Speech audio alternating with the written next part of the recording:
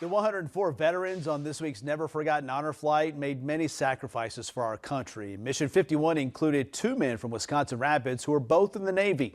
But the bond Ron Matowitz and James Termott shared goes beyond their service in Vietnam. News Channel 7's Sean White is continuing his coverage of the honor flight tonight. Sean, for James and Ron, they really put a different meaning to the word brothers in arms, don't they?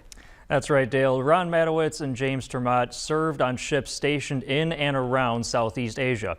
Not only that, they're also brothers-in-law after James married Ron's sister. It's a bond that's kept them together after more than 50 years.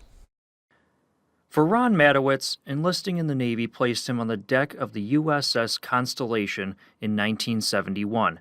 His job was to make sure aircraft could safely land back on his ship. And my job was to work on the stroboscopic landing lights for the aircraft that were landing as they came back from bombing Vietnam. Being an electrician, we took care of everything. He also worked on the aircrafts themselves.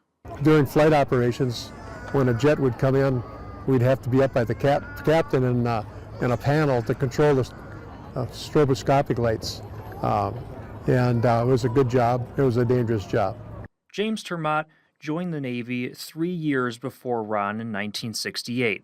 Stationed on the USS William H. Stanley, he also faced dangers at sea. And we were in the Tonkin Gulf, and we were on search and rescue, and we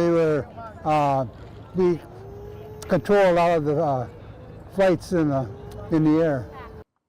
He's proud of their mission over there, so much that he served 2 tours.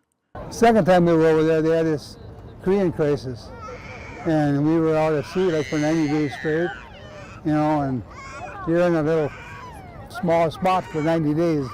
It gets kind of hairy. But like many other veterans, though, their efforts overseas went without recognition before the honor flight. They were frowned upon and called names and spat on in the airports and stuff when they came back from overseas. So to be honored is a wonderful thing. Despite some hesitation, Ron and James say they have family to thank for going on the honor flight.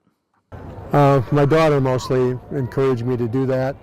I didn't want to at first, but I guess that's pretty normal for a lot of veterans. Well, mainly for this guy. Yeah.